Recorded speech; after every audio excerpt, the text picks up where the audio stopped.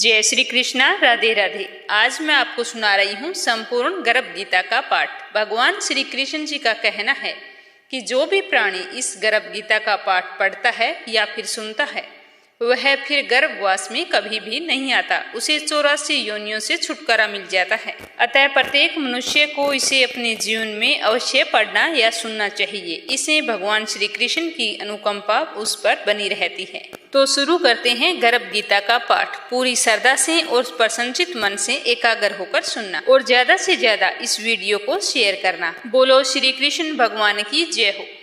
अर्जुन पूछते हैं भगवान श्री कृष्ण से कि हे श्री कृष्ण, यह प्राणी जो गर्भ में आता है सो किस दोष के कारण आता है?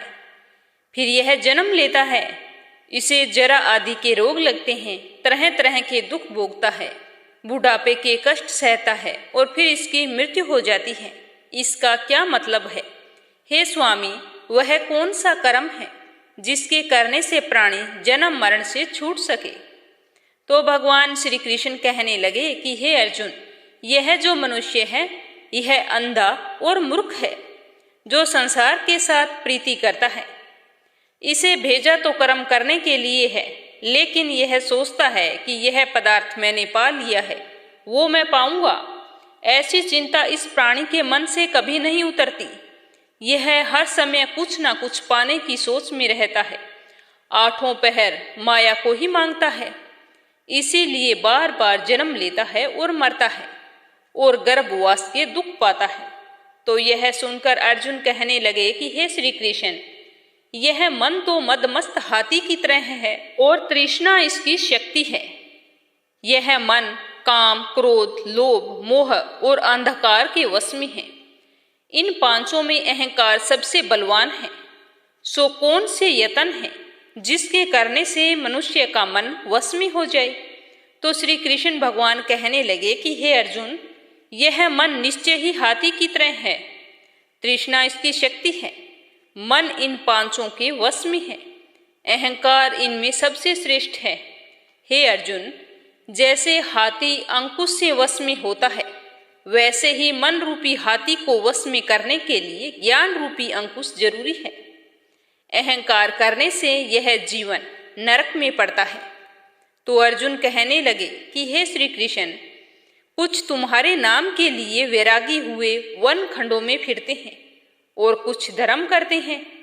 इस विषय में कैसे मालूम पड़े कि जो वैष्णव है वे कौन है? तो यह सुनकर श्री कृष्ण कहने लगे कि हे अर्जुन, जो मेरे नाम के लिए वनों में फिरते हैं वे सन्यासी कहलाते हैं, और जो सिर पर जटा बांधते हैं तथा भस्म लगाते हैं उनमें भक्ति नहीं है, क्योंकि वे अहंकार से ग्रसित हैं। इन लोगों को मेरा दर्शन दुर्लभ है। वे अपने जीवन में कभी भी मेरा दर्शन और आशीर्वाद नहीं पा सकते। तो अर्जुन कहने लगे कि हे श्री कृष्ण, वह कौन सा पाप है जिसके करने से जवानी में ही किसी की स्त्री मर जाती है? और वह कौन सा पाप है जिससे ही माँ बाप से पहले पुत्र मर जाते हैं? और कौन से पाप से व्यक्ति नपुंसक हो जाता है? तो यह सुनकर भगवान श्री कृष्ण कहने लगे कि हे अर्जुन, जो आदमी किसी से कर्ज लेता है और वापिस नहीं लौटाता, तो इस पाप से उस आदमी की स्त्री मर जाती है। और जो किसी की अमानत को नहीं लौटाते हैं उनके पुत्र मरते हैं। जो किसी का कार्य करने का वचन देकर उसका कार्य समय पर पूरा नहीं करता है, तो इस पाप से वो नपुंसक हो जाते हैं। ये सबसे बड़े पाप होते हैं। तो अर्जुन कहने लगे कि हे श्री कृष्ण, किस पाप से मनुष्य रोगी रहता है तथा किस पाप से गधे का जन्म पाता है? स्त्री का जन्म तथा टट्टू का जन्म भी किस पाप से होता है, ये भी मुझे बताओ। तो यह सुनकर कृष्ण भगवान कहने लगे कि जो मनुष्य कन्यादान करते हैं और इस दान का मूल्य लेते हैं वे मनुष्य सदा ही रोगी रहते हैं। कन्यादान करें तो साथ में कुछ दान दहेज अवश्य देना चाहिए, ना कि सामने वालों से इसका मूल्य लेना चाहिए। जो लोग सामने से इस कन्यादान का मूल्य लेते हैं वे मनुष्य सदा ही रोगी रहते हैं। जो विषय विकार के वास्ते मदिरा पान करते हैं वो टट्टू का जन्म पाते हैं। जो झूठी गवाही देते हैं वे स्त्री का जन्म पाते हैं। जो लोग रसोई बनाकर पहले आप खा लेते हैं और बाद में परमेश्वर के नाम पर दान करते हैं वे बिल्ली का जन्म पाते हैं। जो मनुष्य अपनी झूठी वस्तुओं का दान करते हैं वो स्त्री का जन्म पाते हैं। झूठी चीजों का दान करने वाला मनुष्य अपने दूसरे जन्म में स्त्री का जन्म पाता है और वो स्त्री दासी होती है। अर्जुन कहने लगे कि हे श्री कृष्ण, पाप के बारे में तो आपने मुझे आज पूरा विस्तार से बता दिया है, लेकिन कुछ और भी बातें हैं जो मैं आज आपसे पूछना चाहता हूँ। कई मनुष्यों को आपने खूब सारा धन धान्य दिया है तो उन्होंने कौन सा पुण्य काम किया है? कई मनुष्यों को आपने हाथी, घोड़े, रथ आदि दिए हैं तो उन्होंने कौन सा महान पुण्य किया है, वो भी मुझे बताओ। तो श्री कृष्ण भगवान कहने लगे कि हे अर्जुन, जिन्होंने सोने का दान किया है उनको हाथी, घोड़े, वाहन मिलते हैं। जो परमेश्वर के निमित्त कन्यादान करते हैं वो समृद्ध पुरुष का जन्म पाते हैं। तो अर्जुन कहने लगे कि हे भगवान, जिन पुरुषों की सुंदर देह होती है उन्होंने कौन सा पुण्य काम किया है? किसी के घर संतति है, कोई विद्वान है तो उन्होंने कौन सा पुण्य काम किया है? तो यह सुनकर कृष्ण भगवान कहने लगे कि जिन्होंने अन्न का दान किया है उनका स्वरूप सुंदर होता है। जिन्होंने विद्या का दान किया हो वो विद्वान होते हैं। जिन्होंने संतों की सेवा की है वे पुत्रवान होते हैं। तो अर्जुन कहने लगे कि हे श्री कृष्ण, किसी को धन से प्रीति है, कोई स्त्रियों से प्रीति करते हैं तो इसका क्या कारण है? तो श्री कृष्ण भगवान कहने लगे कि यह अज्ञान है, क्योंकि धन और स्त्री सब नाश रूपी हैं, किंतु मेरी भक्ति का कोई नाश नहीं है। तो अर्जुन कहने लगे कि हे श्री कृष्ण, राजपाट किस कर्म से मिलता है और विद्या कौन से कर्म से मिलती है, ये भी मुझे बताओ। तो कृष्ण भगवान कहने लगे कि जो जीव श्री काशी में निष्काम भक्ति से तप करते हैं तथा वहां पर देह त्यागते हैं वो राजा होते हैं। जो गुरु की सेवा करता है वो विद्वान होता है।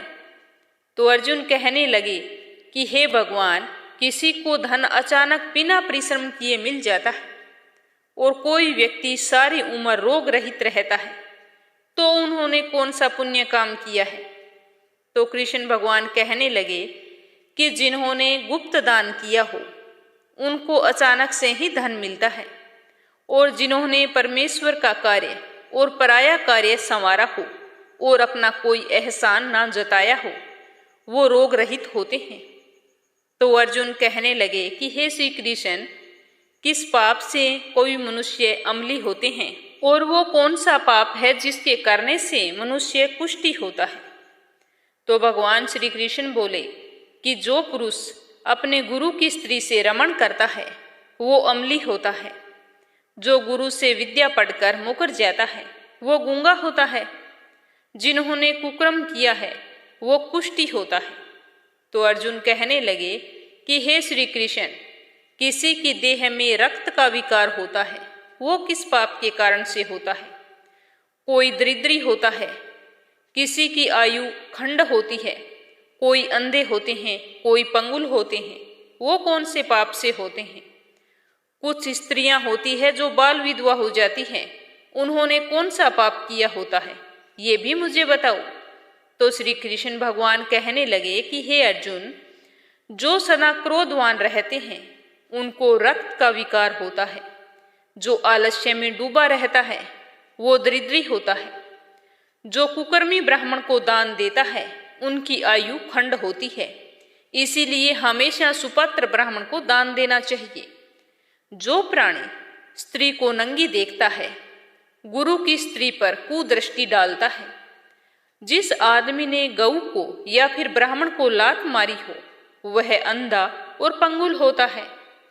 जो स्त्री अपने पति को छोड़कर पराये पुरुष से संग करती है वो अगले जन्म में बाल विधवा होती है। तो अर्जुन कहने लगे कि हे श्री कृष्ण, तुम पार ब्रह्मा हो, तुमको मेरा बारंबार नमस्कार। मैं तुम्हें पहले संबंधी जानता था, पर अब परमेश्वर के रूप में जानता हूँ। हे पार ब्रह्मा, गुरु दीक्षा कैसी होती है, कृपा करके आज ये भी मुझे बताओ। तो श्री कृष्ण भगवान कहने लगे कि हे अर्जुन, तुम धन्य हो, तुम्हारी माता भी धन्य है, जिनके तुम जैसे पुत्र ने जन्म लिया है, जिसने गुरु दीक्षा के बारे में पूछा है। तो मैं आज तुम्हें विस्तार से बताऊंगा, ध्यान पूर्वक सुनना। अर्जुन, सारे संसार के गुरु जगन्नाथ हैं। विद्या का गुरु काशी, चारों वर्णों का गुरु ब्राह्मण, और ब्राह्मण का गुरु सन्यासी है। सन्यासी उसको कहते हैं जिसने सबको त्याग करके मेरी भक्ति में मन लगाया हो, वह ब्राह्मण जगत गुरु है। हे अर्जुन, यह बात ध्यान देकर सुनने की है कि गुरु कैसा होना चाहिए। जिसने सब इंद्रियां जीती हो, जो मोह रहित हो, ऐसा गुरु करे जो परमेश्वर के जानने वाला होवे। उस गुरु की पूजा सब प्रकार से करे। हे अर्जुन, जो गुरु का भक्त है वही मेरा भक्त है। जो प्राणी गुरु सन्मुख होकर मेरा भजन करता है, उनका भजन सफल है। जो प्राणी गुरु के विमुख है, उनको 7 ग्राम मारे का पाप है। गुरु से विमुख प्राणी का दर्शन करना भी योग्य नहीं होता, इसीलिए गुरु विमुख प्राणी के दर्शन करने से बचना चाहिए। जो गृहस्थ गुरु से विमुख हो, वह चंडाल के समान है।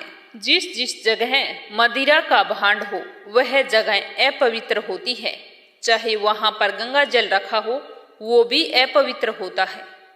इस तरह गुरु से विमुख का भजन करना भी अपवित्र होता है। उसके हाथ का देवता भी भोग नहीं लेते, उसके सारे काम निष्फल होते हैं। कुक्कर, शुक्कर, गंधर्व, काक, इन सब योनियों में सर्प की योनि सबसे बड़ी खोटी होती है। लेकिन इन सब से खोटा वह मनुष्य होता है जो गुरु नहीं बनाता। गुरु बिना गति नहीं होती, वह अवश्य नरक को जाता है। गुरु दीक्षा बिना प्राणी के सारे काम निष्फल होते हैं। हे अर्जुन, जैसे चारों वर्णों को मेरी भक्ति करना योग्य है, वैसे गुरु की भक्ति और सेवा करना योग्य है। जैसे सब नदियों में गंगा श्रेष्ठ है, जैसे सब व्रतों में एकादशी का व्रत सबसे श्रेष्ठ होता है, वैसे ही हे अर्जुन, सब सेवाओं में गुरु सेवा सबसे उत्तम होती है। गुरु दीक्षा बिना प्राणी पशु योनि पाता है। धर्म करता हुआ भी पशु योनि में फल भोगता है। अर्जुन कहने लगे कि हे श्री कृष्ण, गुरु दीक्षा क्या है? तो यह सुन भगवान श्री कृष्ण ने कहा कि हे अर्जुन, धन्य है जन्म तेरा जिसने यह प्रश्न किया। गुरु और दीक्षा 2 अक्षर हैं। हरि नाम इन अक्षरों का गुरु कहलाता है। इन चारों वर्णों को जपना ही श्रेष्ठ है। हे अर्जुन, जो गुरु की सेवा करता है वह मेरी सेवा करता है। मेरी उस पर प्रसन्नता होती है। मैं हमेशा उसे आशीर्वाद देता हूँ। मेरी कृपा से वह 84 योनियों से छूट जाता है, जन्म मरण से रहित हो जाता है। वह कभी नरक नहीं भोगता।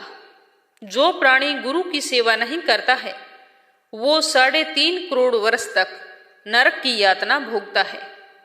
जो गुरु की सेवा करता है, उसको कई अश्वमेध यज्ञ के पुण्य फलों की प्राप्ति होती है। हे अर्जुन, आज मैंने तुम्हें बहुत ही महत्वपूर्ण बातें बड़े ही विस्तार पूर्वक बताई हैं। तुम्हारा और मेरा ये संवाद जो भी प्राणी पढ़ेगा या सुनेगा, उसे गर्भवास के दुखों से छुटकारा मिलेगा। उसकी 84 योनियां कट जाएगी। जो भी महिला अपने गर्भ काल में हमारे इस संवाद को सुनेगा, तो उसकी संतान सुपात्र और ज्ञानी होगी। इसी कारण इस पाठ का नाम गर्भ गीता है। इसे श्री कृष्ण भगवान के मुख से अर्जुन ने सुना है। गुरु दीक्षा लेना उत्तम कर्म है। उसका फल यह है, नरक एवं 84 योनियों से जीव बचा रहता है। भगवान श्री कृष्ण उस पर हमेशा प्रसन्न रहते हैं और अपनी कृपा बनाए रखते हैं। तो इस तरह गर्भ गीता पाठ का समापन हुआ। पूरी श्रद्धा और प्रेम पूर्वक इस पाठ को सुनने के लिए आपका बहुत बहुत धन्यवाद। हर व्यक्ति को अपने जीवन काल में इस पाठ को अवश्य पढ़ना या सुनना चाहिए।